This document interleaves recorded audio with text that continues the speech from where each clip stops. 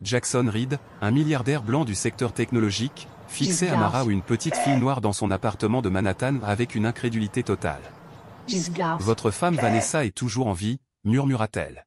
« Je l'ai vue la semaine dernière dans le complexe où elle est retenue. » Les agents de sécurité se précipitèrent pour écarter Amara. Mais Jackson leva la main et les arrêta. Ces mots incompréhensibles brisèrent 5 années de chagrin. Il déglutit difficilement. « Où est-elle maintenant » demanda-t-il, la voix serrée. « Avant de vous plonger dans cette histoire bouleversante de tromperie et de courage, n'oubliez pas d'aimer et de vous abonner pour rejoindre notre communauté de chercheurs de vérité. Croiriez-vous qu'un enfant prétende que quelqu'un que vous aimez n'est pas vraiment mort?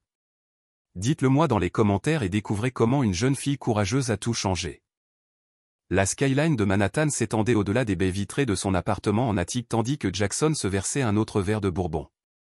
À 42 ans.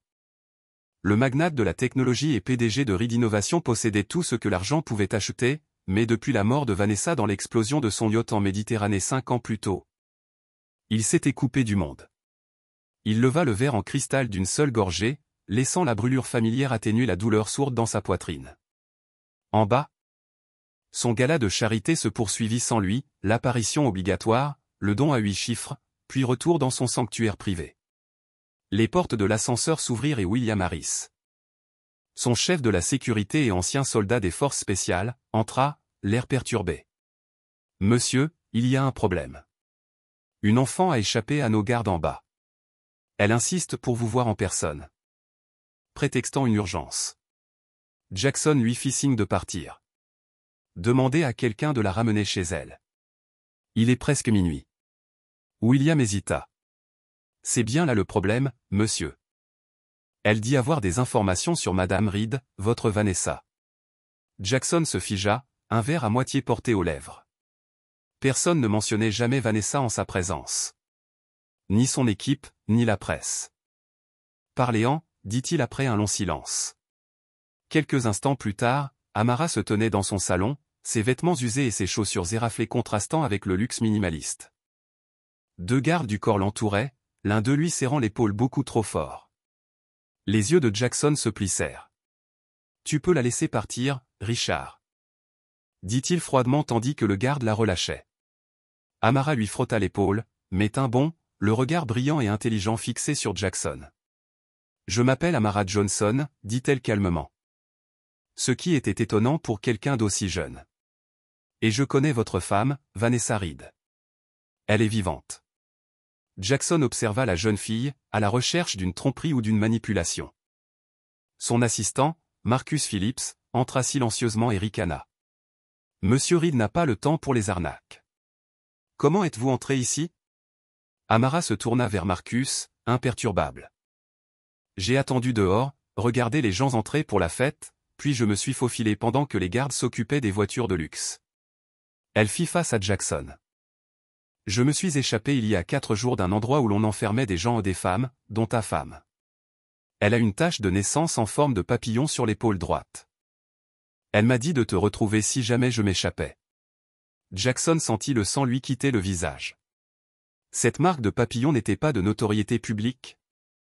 C'était leur plaisanterie à lui et à Vanessa, leur symbole secret de liberté. Marcus se précipita en avant, la voix basse et pressante. « C'est clairement une arnaque. Quelqu'un utilise cet enfant pour extorquer de l'argent. On devrait appeler la police. » « Pas de police, » supplia Amara, la peur illuminant son visage pour la première fois. « Ils me renverront dans le système, ou pire, ils collaboreront avec eux. » Jackson s'appuya contre le comptoir en marbre et se servit un autre verre. Plus pour se réconforter que pour apaiser sa soif. « Qui sont-ils » demanda-t-il doucement. Amara déglutit difficilement.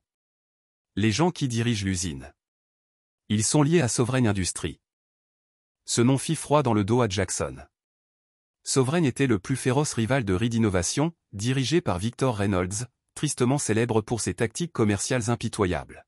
« Marcus, William, donnez-nous un instant, » dit Jackson, son esprit explorant des scénarios impossibles. Une fois seul, il désigna le canapé moelleux. « Asseyez-vous et racontez-moi tout. » Amara était perchée au bord du siège, ses pieds effleurant à peine le sol.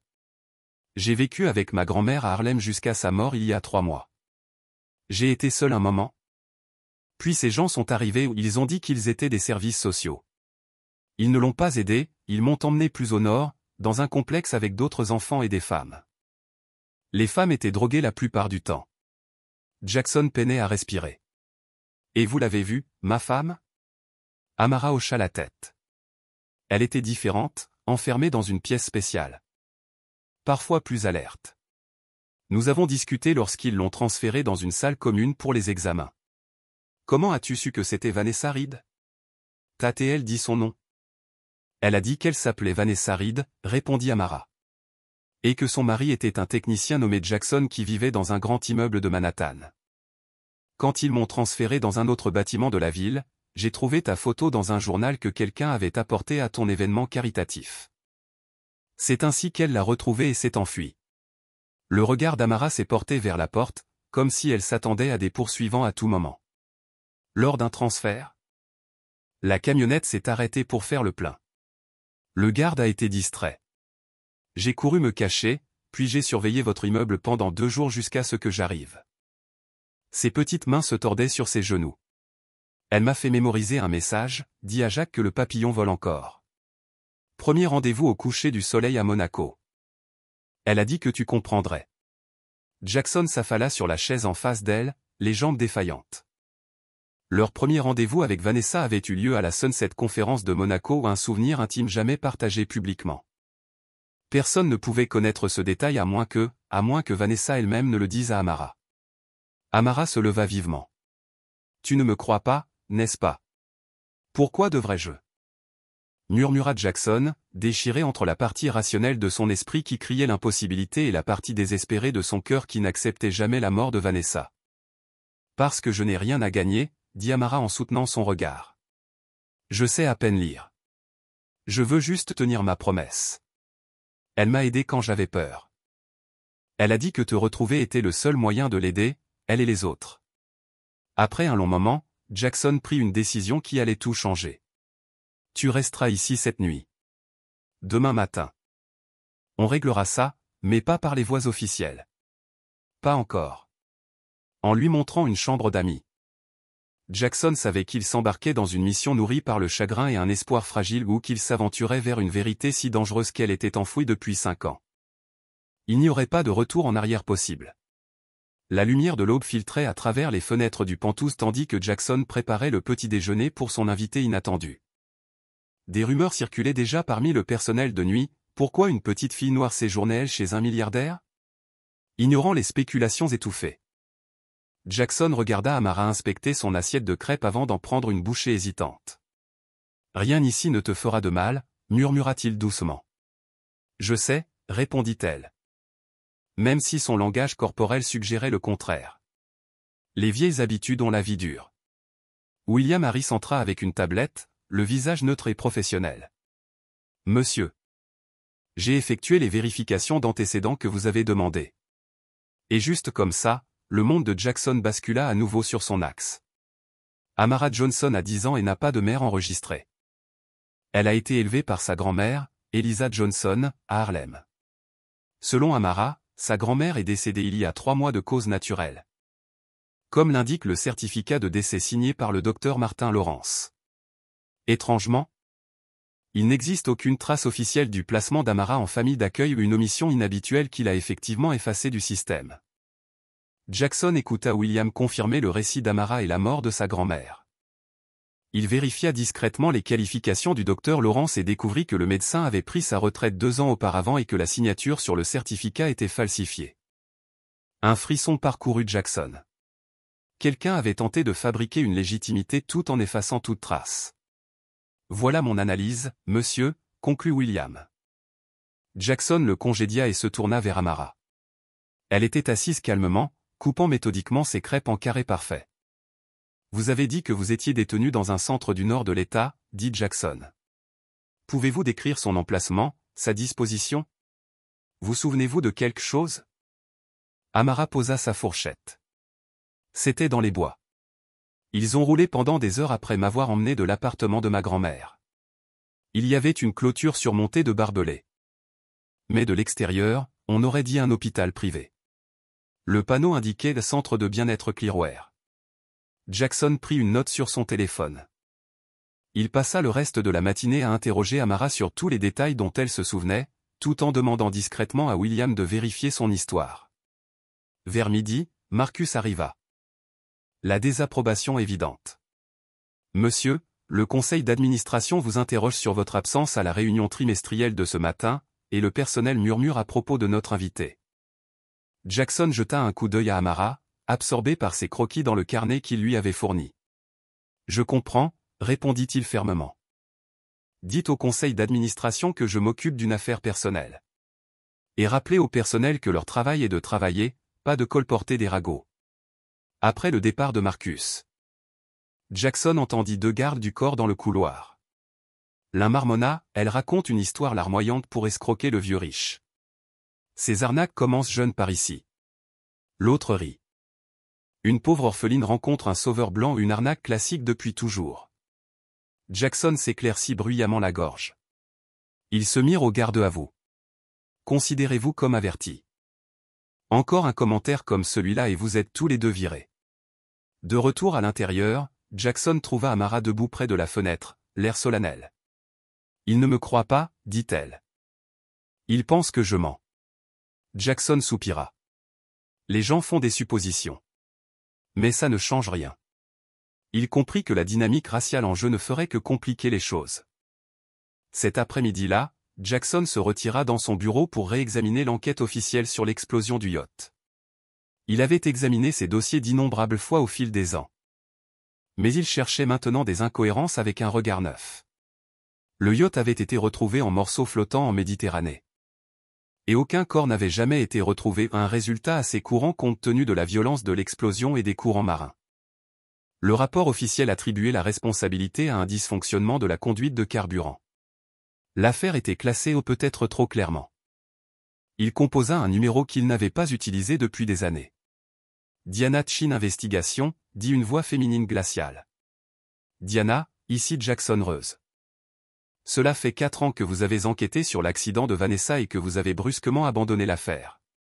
Je dois vous voir aujourd'hui, à 13h, à mon bureau. Le bureau de Diana.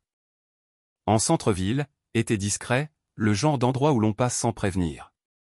Lorsque Jackson arriva, accompagné d'Amara, Diana, une quinquagénaire au regard perçant, haussa un sourcil. Je ne savais pas que c'était une consultation familiale, dit-elle en leur faisant signe de s'asseoir. Jackson présenta Amara comme son assistante sur l'affaire et alla droit au but. Avez-vous déjà douté du rapport officiel sur la mort de Vanessa? Diana se pencha en arrière, les doigts joints. Officieusement? Oui. La théorie du tuyau de carburant ne m'a jamais convaincu. Le yacht avait été révisé des semaines auparavant sans problème. Le schéma de l'explosion était étrange. Et le timing juste après votre découverte du cryptage quantique semblait trop opportun pour la concurrence. Elle jeta un coup d'œil à Amara, puis à Jackson. Mais vous avez annulé mon enquête. Jackson expliqua qu'il avait reçu des menaces subtiles suggérant que s'il continuait, d'autres seraient en danger. Il avait supposé que l'espionnage industriel avait terriblement mal tourné et que Vanessa était une victime collatérale. Diana écouta sans interruption Jackson décrire l'apparition soudaine d'Amara et ses affirmations. Lorsqu'il eut terminé, elle se tourna vers Amara. Toute une histoire, dit-elle doucement. Puis-je vous poser quelques questions? Pendant les 20 minutes qui suivirent, Diana interrogea Amara avec calme et minutie. Eh bien, dit-elle finalement. C'est la jeune artiste la plus talentueuse que j'ai jamais rencontrée, soit elle dit la vérité telle qu'elle la connaît, soit c'est une menteuse de génie. Se tournant vers Jackson, elle ajouta. Vous savez à quel point cela paraît fantastique? Votre femme, présumée morte depuis 5 ans, est en captivité depuis tout ce temps. Je sais, répondit Jackson. C'est pourquoi j'ai besoin de votre aide, pour prouver que c'est impossible ou pour trouver la preuve que c'est réel. Diana réfléchit un instant. Il y a encore une chose. Après que vous ayez terminé mon enquête, j'ai conservé un dossier informel par curiosité professionnelle. Victor Reynolds, de Sovereign Industries, a acheté les droits de sauvetage de votre yacht quelques semaines après l'explosion et a payé pour que l'épave soit enlevée à titre privé. Le pouls de Jackson s'accéléra. Cela n'a jamais figuré dans le rapport officiel. Non, répondit Diana en lui tendant un autre dossier. Et 3 mois après la disparition de Vanessa, Sovereign a déposé des brevets pour une nouvelle technologie de médecine régénérative. Leurs actions ont triplé depuis. De retour à son appartement, Jackson trouva Amara en train de faire un cauchemar pendant sa sieste. Il s'assit au bord du lit. « Tu te souviens de quelque chose ?» Elle hocha la tête en tremblant. « Ils nous ont déplacés cette nuit. J'ai vu un logo sur du matériel, un oiseau rouge, un phénix. » Le sang de Jackson se glaça. Le symbole du souverain. Au cours des 2 jours suivants, Jackson découvrit qu'Amara avait une mémoire quasi photographique. Elle dessina des plans détaillés de l'établissement et des portraits précis de son personnel. Lorsqu'elle dessina la femme qu'elle prétendait être Vanessa, la ressemblance fit un pincement au cœur de Jackson. Un soir, Jeffrey Phillips, un ami de longue date et membre du conseil d'administration, arriva à l'improviste. Il trouva Jackson et Amara dans le bureau. « Que faites-vous » demanda Jeffrey. « La rumeur dit que vous avez adopté un enfant au hasard qui vous fait fantasmer sur Vanessa vivante. » Jackson tenta d'expliquer, mais Jeffrey le coupa. « Si c'est vrai. Vous rendez-vous compte de l'impression que cela donne? À quel point vous êtes vulnérable aux accusations, aux manipulations, aux poursuites judiciaires ?» Jackson resta ferme. Amara sait des choses que personne ne pouvait savoir sans avoir parlé à Vanessa. Jeffrey secoua la tête. Le deuil nous pousse à voir ce que nous voulons. Cette fille a probablement fait des recherches sur vous en ligne, rassemblé des détails et inventé une histoire. Jackson rétorqua. Elle a mentionné ma tache de naissance en forme de papillon et notre premier rendez-vous à Monaco ou des détails jamais rendus publics. L'expression de Jeffrey s'adoucit. Vous avez peut-être partagé ces histoires lors d'événements. Quelqu'un aurait pu la coacher. Plus tard dans la soirée, Jackson remarqua une légère bosse derrière une étagère de son bureau. En enquêtant, il trouva un appareil d'écoute sophistiqué. Son équipe de sécurité en découvrit plus tard 2 autres dans le salon. Le lendemain matin, Amara s'approcha de lui, veste à la main. Prête à partir. Il y a quelque chose d'étrange dans ma poche, murmura Amara en sortant un minuscule dispositif de localisation. J'ai trouvé la même chose dans ma chaussure. Leurs regards se croisèrent, tous alarmés, quelqu'un les observait de trop près. La vraie question était de savoir qui avait l'autorisation d'installer ces dispositifs. Et que pouvait-il déjà savoir? Jackson ne perdit pas de temps. Il convoqua d'urgence ses plus proches conseillers et échafauda une histoire plausible. Amara était la fille d'un cousin éloigné qu'il avait hébergé temporairement après une crise familiale. William Harris, responsable de la sécurité, exprima ses doutes, mais acquiesça d'un signe de tête. Il nous faudra des documents authentiques pour que cela soit crédible, dit-il en tapotant sur sa tablette. Je peux avoir une histoire complète prête d'ici cet après-midi. Marcus, l'assistant de longue date de Jackson, joua avec sa cravate. Monsieur. Le conseil d'administration s'inquiète déjà de votre comportement récent. Cela ne fera qu'alimenter leurs spéculations. Jackson le fixa d'un regard d'acier. Leur travail consiste à superviser les performances de l'entreprise, pas ma vie privée. Nos bénéfices trimestriels sont en hausse de 17%, cela devrait les calmer. Ce soir-là, Jackson s'éclipsa dans un café faiblement éclairé de Brooklyn pour retrouver Diana Chin, loin de ses lieux habituels. Amara était assise tranquillement à ses côtés. Son regard perçant scrutant chaque détail du décor miteux. Diana glissa un dossier sur la table.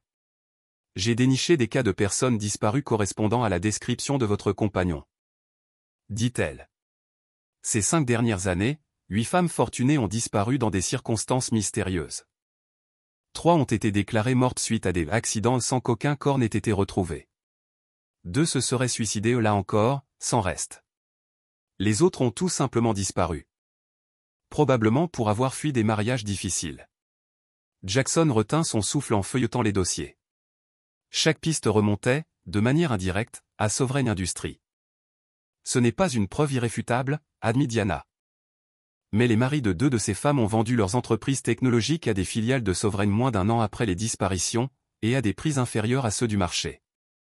Ce ne peut être une coïncidence. La voix de Jackson se réduisit à un murmure. Il y a plus, poursuivit Diana, le visage grave. J'ai découvert une tendance chez les femmes disparues issues de communautés marginalisées, mères célibataires, immigrées, femmes des quartiers défavorisés. La plupart ne font jamais la une des journaux. Pour la première fois, Amara prit la parole. Ils accueillaient toutes sortes de femmes, dit-elle d'un ton ferme. D'âge et de couleur de peau différents. Mais les plus spéciales, comme votre femme, étaient séparées. Ce soir-là, Jackson emmena Amara au Lusk, l'un des restaurants les plus exclusifs de Manhattan. Il remarqua le sourire du maître d'hôtel vaciller à la vue d'Amara, malgré sa robe de créateur et sa coiffure soignée. « Votre table habituelle. Monsieur Reed ?» demanda l'homme en les regardant tour à tour avec une curiosité à peine dissimulée.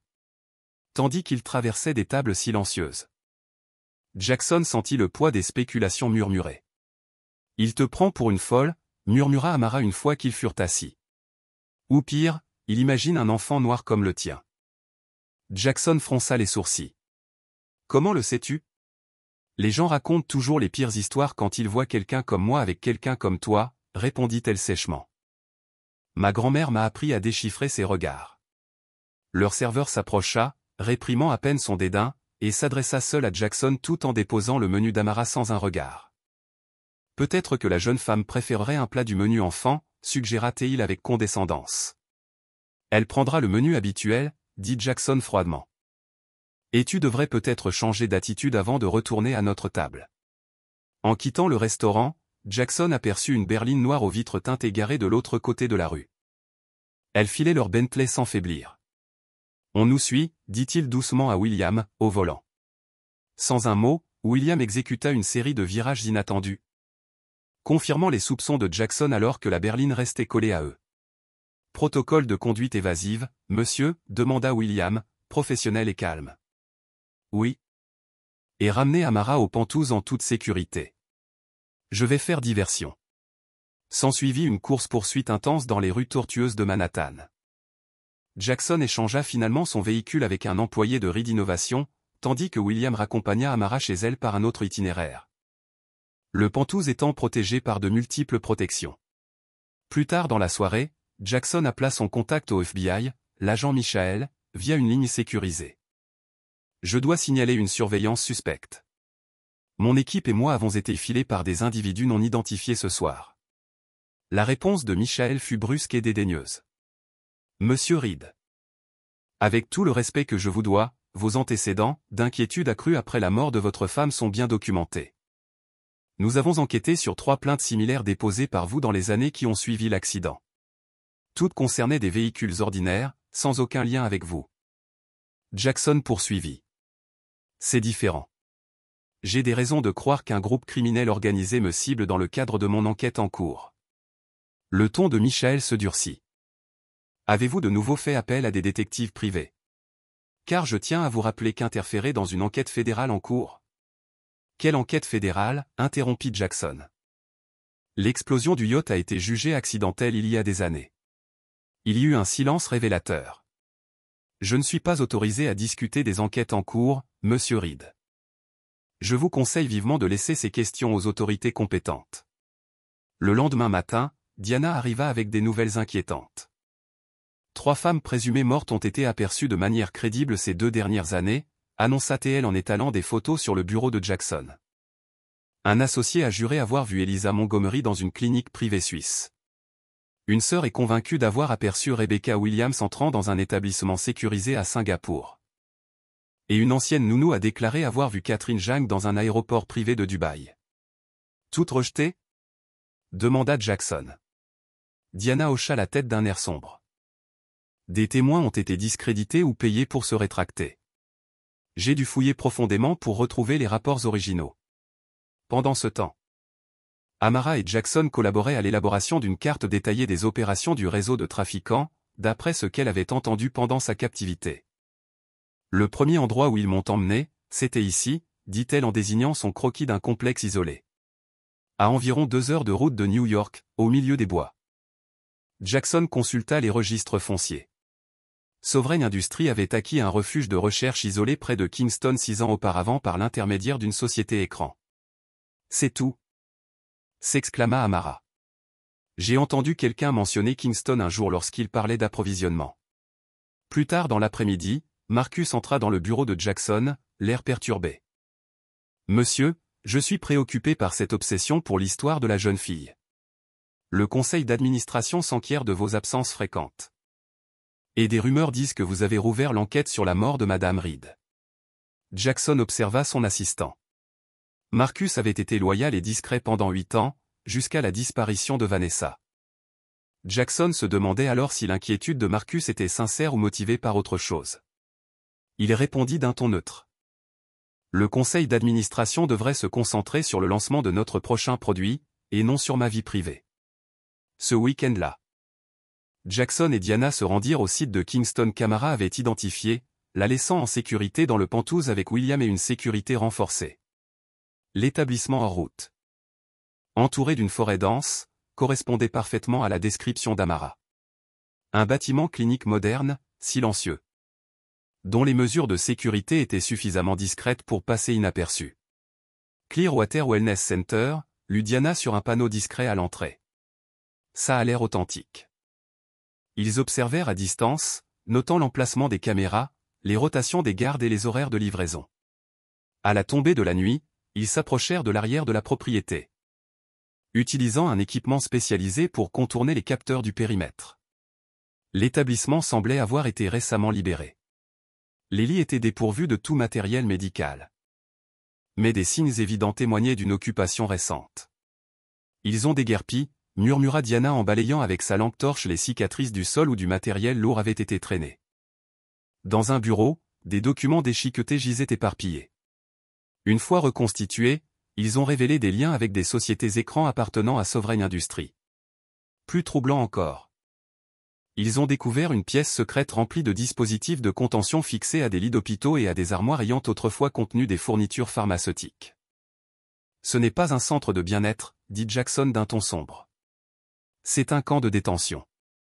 De retour à Manhattan, le téléphone de Diana vibra, accompagné d'un message anonyme.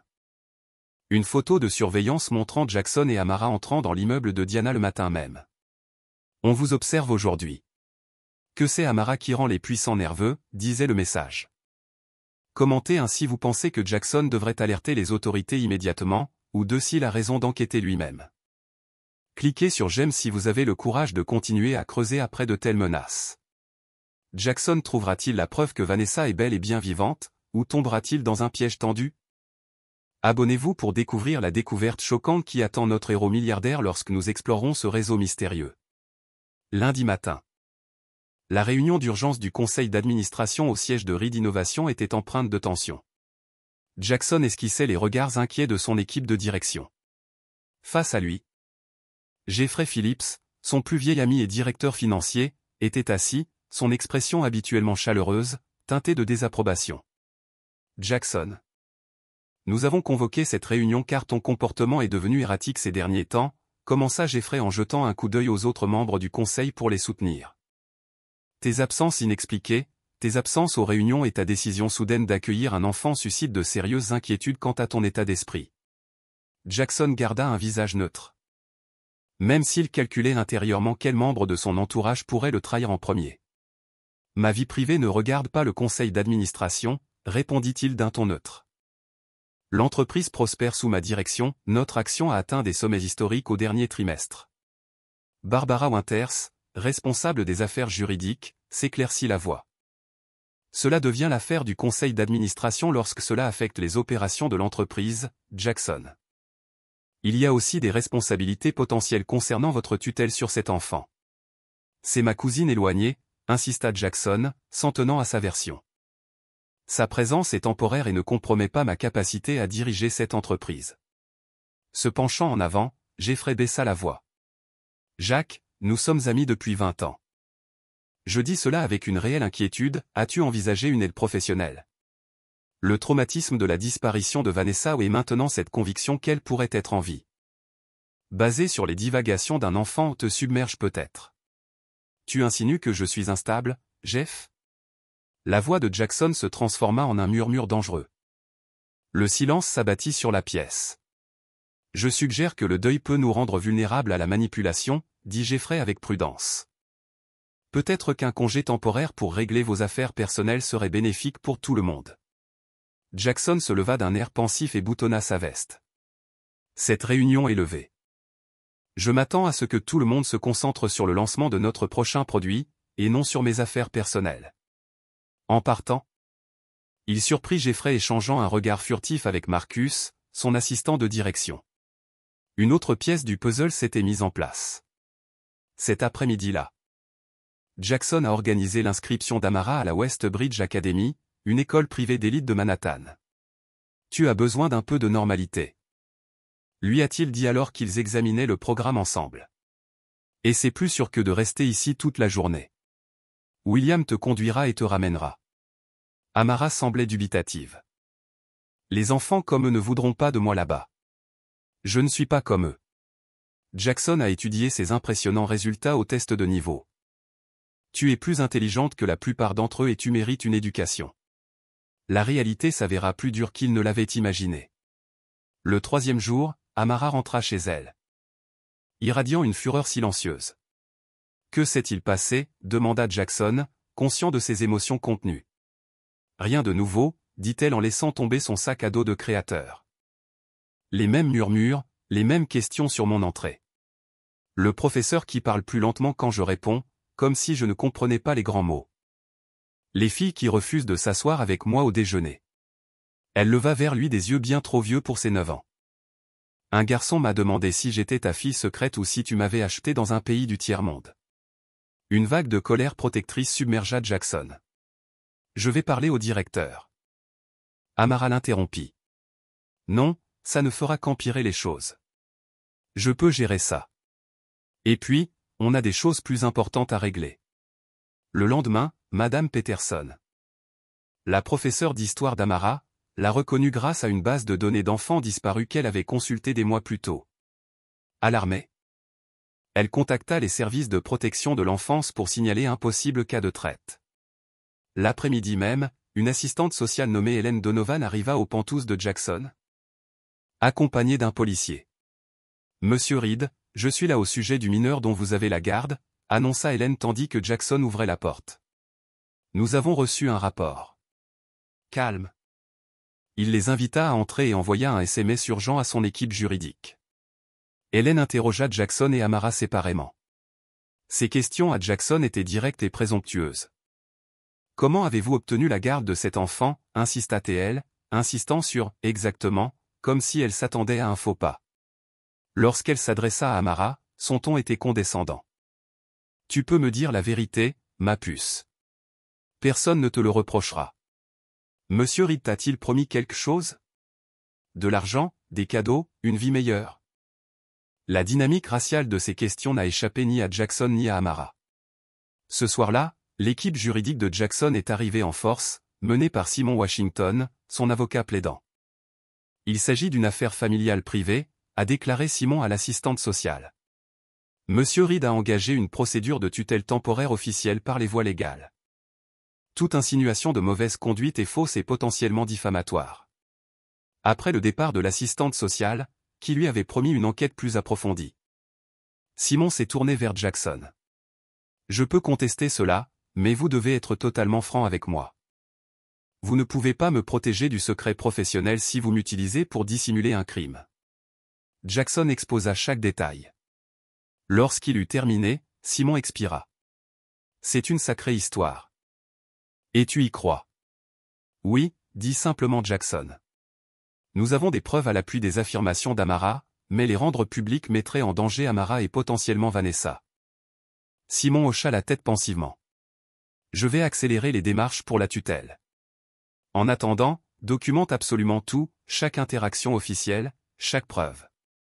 On pourrait en avoir besoin. Tandis que l'équipe juridique de Jackson luttait contre l'enquête sur les services sociaux, Diana a approfondi ses recherches sur Sovereign Industries. Elle a découvert des liens entre l'entreprise et de prétendus centres de bien-être à Singapour, en Suisse et sur une île privée au large de la Malaisie. Ils opèrent sous des noms différents. A-t-elle expliqué, dévoilant un réseau complexe de sociétés écrans et de filiales. Mais la piste de l'argent mène toujours à Sovereign. Ils ont investi des milliards dans ces établissements ces 10 dernières années, poursuivit Diana. Jackson feuilleta les brochures qu'elle avait obtenues. Quel traitement propose-t-il? Demanda-t-il. Thérapie de rajeunissement, régénération cellulaire, traitement anti-âge, tout est vague, exclusif et extrêmement cher. Sur invitation uniquement. Avec un investissement minimum de 2 millions de dollars. Les listes de clients sont top secrètes, même si j'ai pu jeter un coup d'œil à leur présentation aux investisseurs. Ils prétendent avoir inversé les biomarqueurs du vieillissement jusqu'à 15 ans chez des sujets d'expérience, dit Diana d'un ton grave. Des sujets, pas des patients. Un frisson parcourut Jackson. Leur découverte est intervenue 6 mois après la disparition de Vanessa, remarqua Diana. Pointant du doigt un article de recherche citant du matériel génétique régénératif breveté. Cette nuit-là même, les serveurs privés de Jackson furent piratés. L'attaque sophistiquée ciblait les fichiers relatifs à Amara et ses notes d'enquête. Grâce à des mesures de sécurité nées de la paranoïa de Jackson. Les informations les plus cruciales furent stockées hors ligne, mais la précision de la brèche était alarmante. Il savait exactement ce qu'il cherchait. Rapporta William après avoir analysé l'intrusion. Le lendemain matin, au petit déjeuner, Amara posa soudain sa fourchette. « Je me souviens de quelque chose », annonça TL. « J'ai entendu 2 gardes parler du transfert de l'actif vers un établissement à Singapour le mois prochain. C'était il y a environ 2 semaines. »« Là tout ?» répéta Jackson en se penchant en avant. « Ont-ils dit de qui il s'agissait ?» Amara hocha la tête solennellement. « Ils ont dit l'atout principal. À en juger par leur façon de parler. Je pense qu'ils parlaient de votre femme. Elle était traitée différemment des autres. » Jackson a immédiatement planifié un voyage à Singapour, prévoyant d'utiliser la conférence technologique de son entreprise comme couverture. Au cours des préparatifs, William a découvert que le jet privé de Jackson avait été saboté lors d'une maintenance de routine. La conduite de carburant a été endommagée, a rapporté William. Pas suffisamment pour provoquer une panne immédiate, mais une rupture au-dessus du Pacifique aurait été catastrophique. Les auteurs de cet acte ne se contentent pas de suivre notre enquête. Ils s'efforcent activement de l'arrêter. Le désespoir s'est accru lorsque Michael Chin, l'expert en sécurité de confiance de Jackson, a été retrouvé mort dans son appartement, un suicide apparent. Il a laissé un mot avouant son espionnage industriel, a déclaré Diana à Jackson après avoir consulté des contacts au sein de la police. Il a affirmé avoir vendu les secrets de Reed Innovation à des concurrents pendant des années. Jackson secoua la tête, incrédule. Michael était d'une loyauté inébranlable.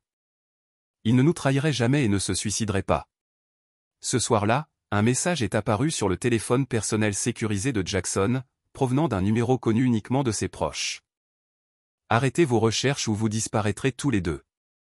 Une photo d'Amara à l'école plus tôt dans la journée, prise de l'autre côté de la rue, était jointe. La menace était sans équivoque. Que doit faire Jackson maintenant? Laissez un commentaire si vous pensez que la recherche de la vérité vaut la peine de faire face à ce danger grandissant. Ou laissez un commentaire si la protection d'Amara doit primer. Aimez cette vidéo si l'ampleur de cette conspiration vous choque. Quels sinistres secrets vont-ils découvrir à Singapour? Peuvent-ils faire confiance à quelqu'un du cercle intime de Jackson? Abonnez-vous et activez les notifications pour suivre le prochain chapitre palpitant. Pendant ce temps, la voie d'évacuation de Jackson depuis son Penthouse, installé des années auparavant dans un accès de paranoïa, s'est avérée prophétique.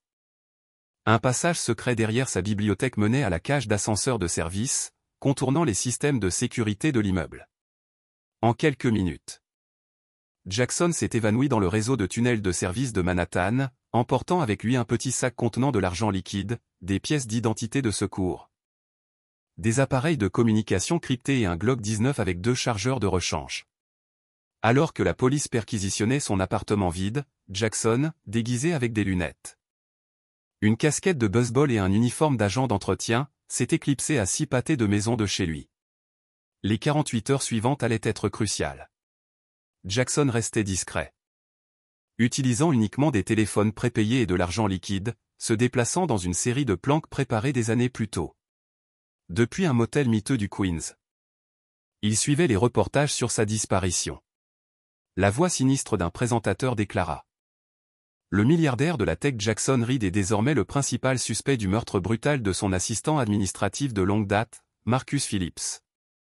Reed, dont le comportement est devenu de plus en plus erratique depuis la disparition de sa femme il y a 5 ans, est également recherché pour être interrogé sur sa relation avec une mineure non identifiée disparue la semaine dernière.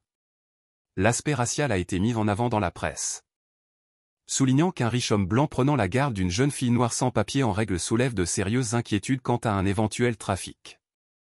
Des sources proches de l'enquête suggèrent que cela pourrait faire partie d'un vaste système d'exploitation.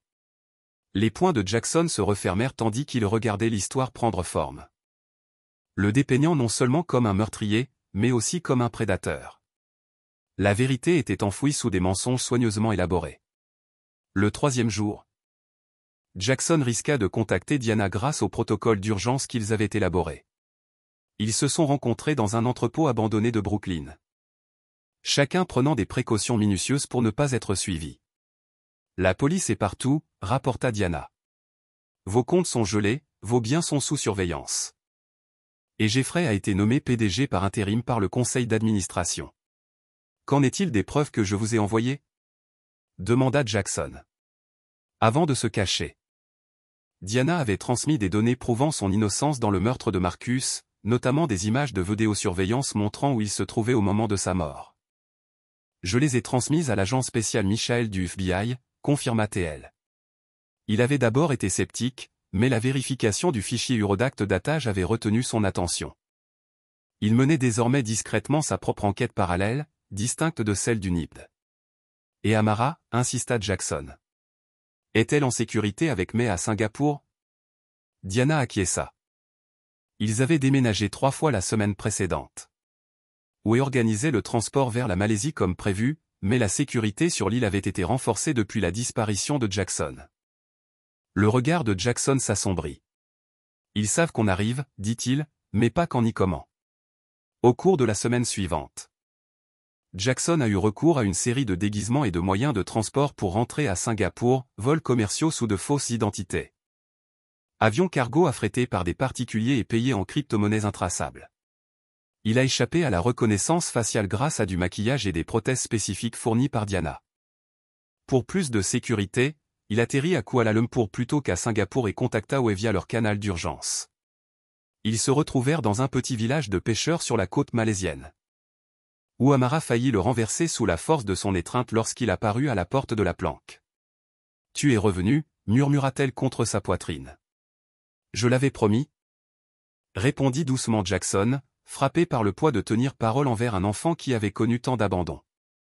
Où est les informa de l'opération? La sécurité de l'île avait été renforcée, mais ils avaient identifié une approche potentielle. Mon contact gère un navire de ravitaillement qui dessert l'installation 2 fois par semaine. Nous pourrons embarquer clandestinement pour la prochaine livraison. Pendant ce temps, à New York, l'agent Michael commençait à remettre en question la version officielle. Le témoignage de Diana avait soulevé de sérieux doutes quant à la culpabilité de Jackson, et sa propre enquête avait révélé des incohérences troublantes. La vidéo montrant Jackson entrant dans le bureau de Marcus avait été savamment truquée, et l'arme du crime portait des empreintes digitales trop parfaites apparemment implantées. Plus important encore, Michael découvrit que Marcus enquêtait sur des virements électroniques entre Jeffrey Phillips et des comptes offshore liés à Sovereign Industries dans les semaines précédant sa mort. Cela va au-delà d'un simple coup monté, a déclaré Michael à Diana lors d'une réunion clandestine. Reed est peut-être tombé sur quelque chose de bien plus grave qu'il ne le pensait. Ces faits correspondent à des affaires que nous avons suivies, impliquant des expériences médicales, de la corruption à haut niveau et, bien sûr, du trafic d'êtres humains. Le jour de l'infiltration prévue, Jackson, Amara et Wei embarquèrent sur le navire de ravitaillement avant l'aube, caché parmi les caisses à destination du complexe insulaire. Souviens-toi du plan, rappela Jackson à Amara en se blottissant dans leur cachette. Reste près de moi en permanence. Si nous sommes séparés, déclenche la balise de détresse et dirige-toi vers le point d'extraction. Amara hocha la tête solennellement. Je me souviens. Elle hésita, puis ajouta, et si elle ne se souvient pas de toi? Lydia a dit qu'ils font des choses à l'esprit des gens là-bas. Jackson avait envisagé cette possibilité. Alors on l'aidera à se souvenir, et si elle n'y parvient pas, on recommence. L'important, c'est de la sortir saine et sauve, quel que soit son état. La traversée vers l'île dura 4 heures de tempête. À mesure qu'ils approchaient, le vaste complexe blanc apparut. Niché dans une végétation tropicale et entouré de systèmes de sécurité de pointe. Le navire de ravitaillement accosta à un quai de service au sud de l'île. Et des gardes armés commencèrent à décharger les provisions. Profitant du déchargement comme couverture, Jackson, Amara et Way se glissèrent sur le quai et se dirigèrent vers un bâtiment de maintenance voisin. La sécurité est plus renforcée que prévu, murmura Way en observant les rotations des gardes par une fenêtre. Ils ont renforcé leur patrouille depuis mon dernier rapport de renseignement. En observant et en attendant. Ils ont cartographié les routines et les angles morts. La mémoire photographique d'Amara s'est avérée précieuse pour noter les horaires de relève et les codes d'accès. Ce soir-là, tandis que le personnel dînait au réfectoire principal, le trio se déplaça. Ils empruntèrent les couloirs de service et les tunnels de maintenance pour pénétrer plus profondément dans l'établissement. Jackson s'attendait à une sécurité sophistiquée, mais fut stupéfait par ce qu'il découvrit à l'intérieur. Derrière la façade d'un centre de bien-être se cachait un centre de recherche de pointe consacré aux technologies radicales de prolongation de la vie. À travers des hublots d'observation, ils observaient des clients fortunés recevoir des traitements qui semblaient utiliser du matériel biologique prélevé sur des sujets humains plus jeunes. Ces gens-là, murmura Amara en désignant des silhouettes sous sédatifs sur des brancards. On dirait les femmes de Clearwater, et il y a aussi de nouveaux enfants.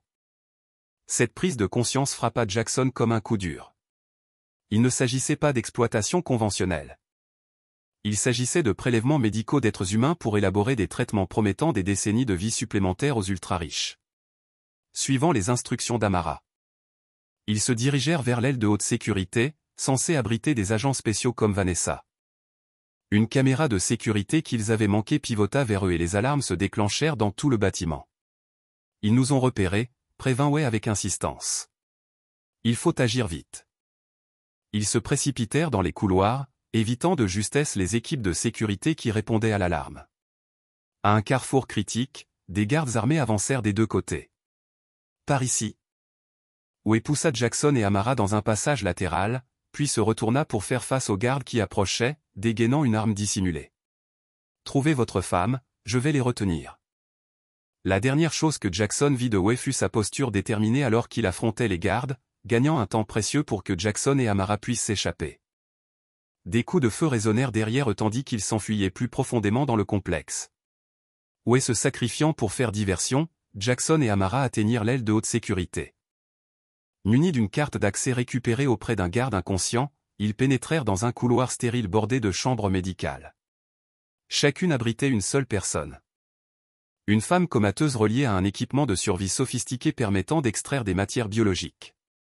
Au bout du couloir, Amara désigna d'un geste pressant une pièce. Jackson s'approcha. Le cœur battant, à peine capable de comprendre ce qui se trouvait devant lui. Derrière la vitre, des tubes et des capteurs reliés à une Vanessa plus mince et plus âgée indéniablement sa femme. Qu'il croyait morte depuis 5 ans. Alors que Jackson tentait désespérément de comprendre l'appareil médical qui la retenait.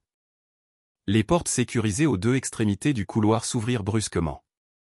Des gardes armés envahirent le hall, leurs armes pointées sur Jackson et Amara. Derrière eux se tenait une silhouette familière, Victor Reynolds, PDG de Sovereign Industries, impeccablement vêtu d'un costume sur mesure malgré l'heure tardive. Monsieur Reed. La voix de Reynolds exprimait l'assurance naturelle d'un homme qui n'avait jamais eu à subir de conséquences. Je dois admettre que je suis impressionné par votre persévérance. Rares sont ceux qui iraient aussi loin ou feraient de tels sacrifices sur parole d'enfant. Son regard se porta sur Amara, qui le fixait avec une détermination farouche. Jackson se plaça devant Amara, la main posée près de son arme cachée, pour la protéger. Ça s'arrête là, Reynolds. J'ai trouvé Vanessa.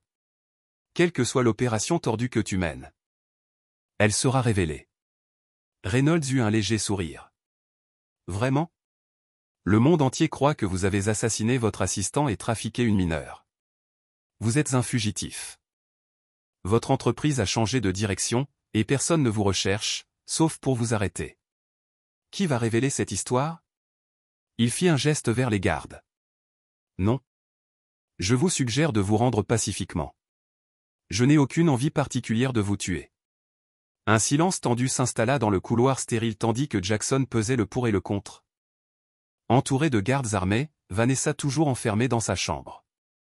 Victor Reynolds se tenait là, avec l'assurance désinvolte d'un homme habitué à la victoire, les mains jointes dans le dos. Observant le combat intérieur de Jackson. Tu sais, songea Reynolds, dans un autre contexte, j'aurais pu t'inviter à rejoindre notre entreprise. Tes innovations chez Reed Innovation témoignent d'une réelle vision. Mais ta rigidité morale rend cela impossible. Ce que nous faisons ici n'est pas de l'innovation. La voix de Jackson tremblait d'une fureur contenue. C'est de l'exploitation ou des enlèvements et des meurtres pour le profit. Reynolds soupira, déçu par la perspective limitée de Jackson. Le progrès a toujours exigé des sacrifices, Monsieur Reed. Les traitements que nous avons développés ici prolongeront la vie humaine de plusieurs décennies. Imaginez les bénéfices si nos plus grands cerveaux pouvaient travailler pendant un siècle plutôt que quelques décennies. La matière organique dont nous avons besoin est exceptionnellement rare. Le profil génétique de votre femme accélère la régénération par 10 ou une combinaison d'une sur 1 milliard. Pendant que Reynolds parlait, Jackson examinait subtilement la chambre de Vanessa. Notant les systèmes de survie et les mécanismes de sécurité. Amara, pressentant le plan de Jackson, tenta de créer une diversion si nécessaire. Pourquoi ne pas simplement recruter des volontaires? Insista Jackson, faisant parler Reynolds. Payez les donneurs volontaires. Il existe des moyens éthiques de faire progresser la médecine. Le visage de Reynolds s'assombrit. Vous pensez que nous n'avons pas essayé? Les obstacles réglementaires à eux seuls auraient retardé les progrès de plusieurs décennies. Et les marqueurs génétiques dont nous avons besoin sont bien trop rares pour un don volontaire. Il désigna la rangée de salles d'examen d'un geste. Chaque sujet ici a été sélectionné par dépistage génétique.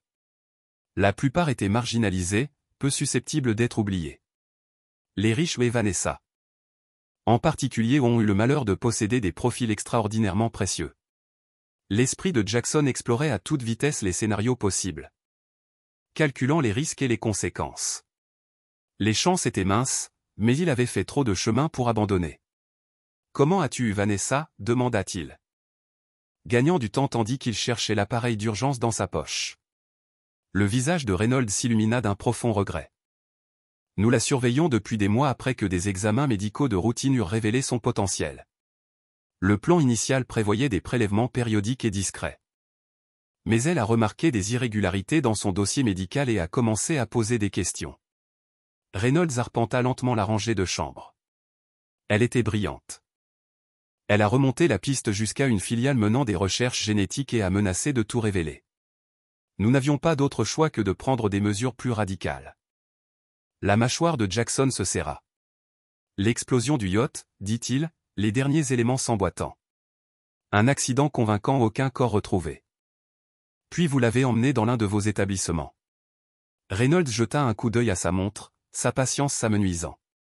Malheureusement, si elle avait simplement ignoré les anomalies de son dossier, elle aurait pu vivre une vie normale, complètement inconsciente. Reynolds s'écarta pour laisser Jackson. L'escorte de sécurité qui approchait, entrait en détention. Il marqua une pause lorsque Jackson croisa le regard d'Amara et hocha la tête à peine perceptible. D'un geste rapide. Jackson activa le dispositif à impulsion électromagnétique de haute intensité qu'il avait dans sa poche. Une panne d'électricité se répandit dans le couloir. Les systèmes médicaux et de sécurité de l'aile s'éteignant. Profitant de la confusion momentanée, Jackson attrapa Amara et se précipita par une porte latérale, qui se referma derrière eux tandis que les gardes tiraient à l'aveuglette dans l'obscurité. Les générateurs de secours vont se déclencher d'une seconde à l'autre, prévint Jackson tandis qu'il s'élançait dans le couloir plongé dans l'obscurité. Il faut revenir chercher Vanessa dès qu'ils auront identifié l'endroit où ils pensent que nous sommes allés. Comme prévu, le courant de secours revint quelques instants plus tard, baignant l'établissement d'une lumière rouge inquiétante. Les alarmes retentirent tandis que les équipes de sécurité affluaient dans les couloirs, se précipitant vers leur dernière position connue. S'appuyant sur la carte mémorisée de l'établissement par Amara, ils trouvèrent un tunnel de service menant à l'aile médicale par un autre chemin. Les chambres sont alimentées indépendamment, expliqua Jackson tandis qu'il s'avançait dans le tunnel. L'IEM aurait désactivé les serrures, mais pas les systèmes de survie. Nous n'avons que quelques minutes pour sortir Vanessa avant qu'il ne réalise où nous sommes réellement. En rentrant dans l'aile médicale par un point d'accès de maintenance. Ils découvrirent que la chambre de Vanessa était temporairement sans surveillance. Tandis que la sécurité se concentrait sur le périmètre. Jackson s'empressa de forcer le mécanisme de verrouillage de la porte, tandis qu'Amara montait la garde. La chambre s'ouvrit en sifflant, révélant Vanessa. Immobile sous un réseau de tubes et d'écrans. « Est-ce qu'elle » commença Amara, mais elle ne put terminer sa question. « Elle est vivante » confirma Jackson en scrutant les données médicales. Les systèmes avancés avaient prélevé du matériel cellulaire spécifique tout en la maintenant dans un coma artificiel, contrôlé avec précision.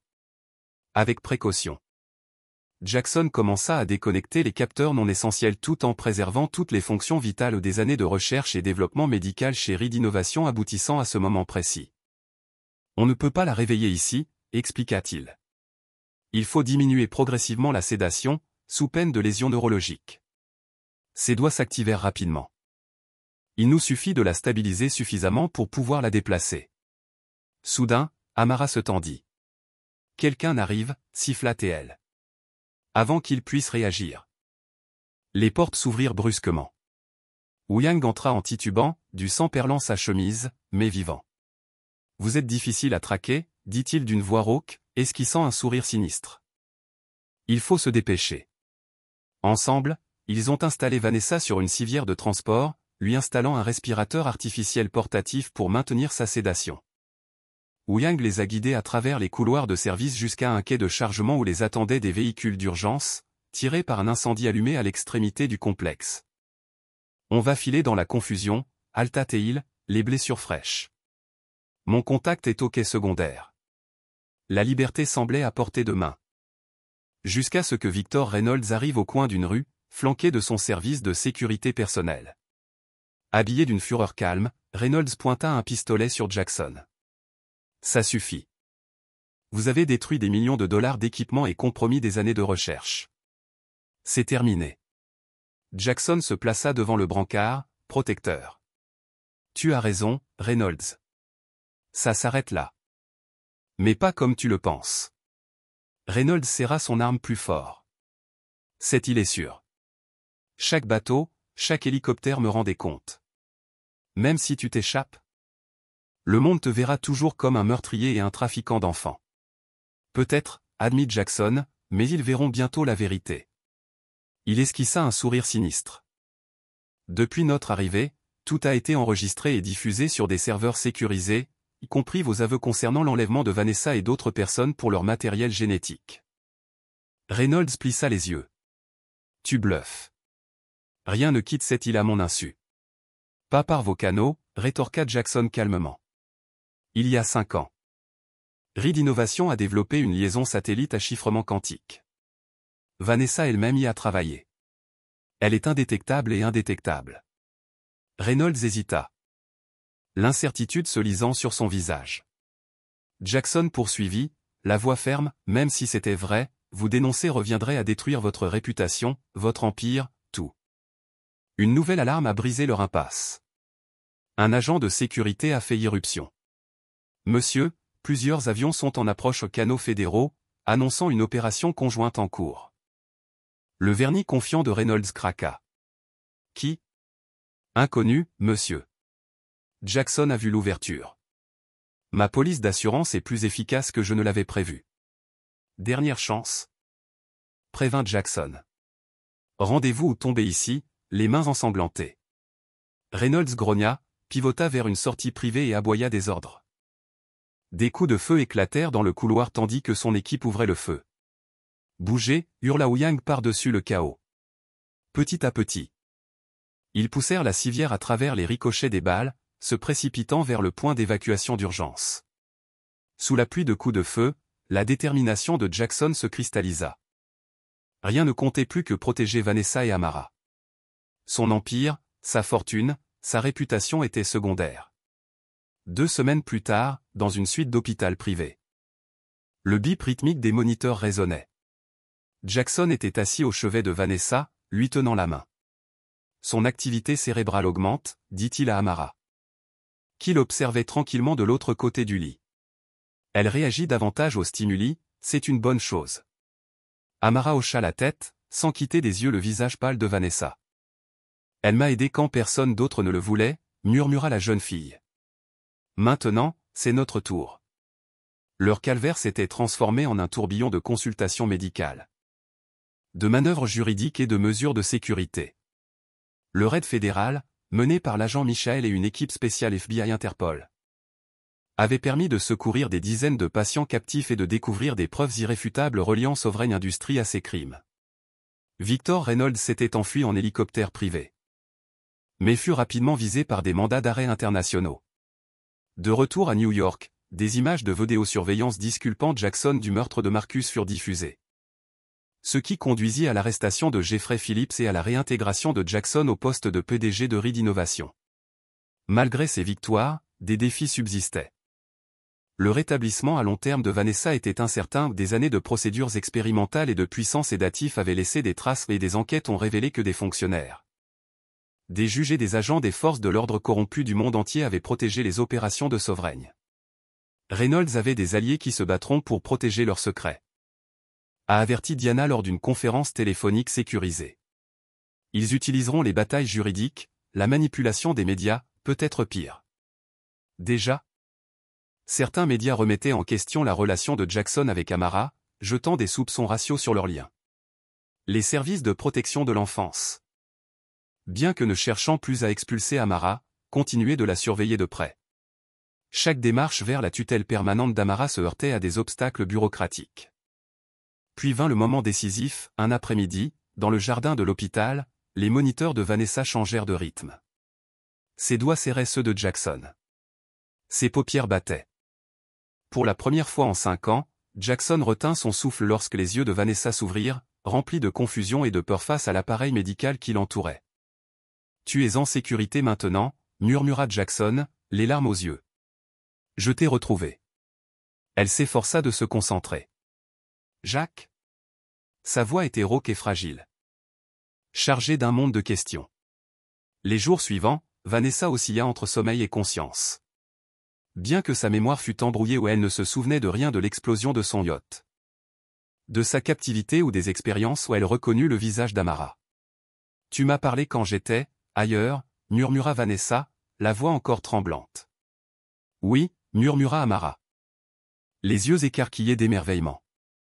Alors que Vanessa retrouvait ses forces, Jackson demanda officiellement la tutelle d'Amara. Le tribunal, profondément ému par ces circonstances extraordinaires, accéda à sa requête. Vanessa rentra chez elle pour poursuivre sa convalescence, progressant régulièrement malgré des difficultés physiques et cognitives persistantes. Pendant ce temps, Victor Reynolds fut finalement capturé en Argentine et extradé pour traite d'êtres humains et crimes contre l'humanité. Unis par le traumatisme et la résilience, Jackson, Vanessa et Amara formèrent une famille inattendue. Ensemble, ils fondèrent la fondation Reed Johnson, exploitant la technologie de pointe de Reed Innovation pour créer une base de données mondiale des personnes disparues ciblées par des opérations de profilage génétique. Leur travail permit de sauver des dizaines de victimes supplémentaires et de fermer des installations illicites sur 3 continents. La pression internationale a déclenché des enquêtes sur les responsables complices, et les renseignements recueillis ont finalement permis à Amara de retrouver sa mère. Un an après cette nuit fatidique dans l'appartement de Jackson où l'enfant courageuse a déclaré pour la première fois que Vanessa était vivante, Amara se tenait devant ses camarades de classe de la West Bridge Academy. Sous le regard fier de Jackson et de Vanessa, elle a fait une présentation percutante sur la façon de reconnaître les signes de la traite des êtres humains. Autrefois ignorée et réduite au silence, elle imposait désormais respect et attention. Tous 3 avaient perdu 5 ans de leur vie, mais en retour, ils avaient trouvé un nouveau but.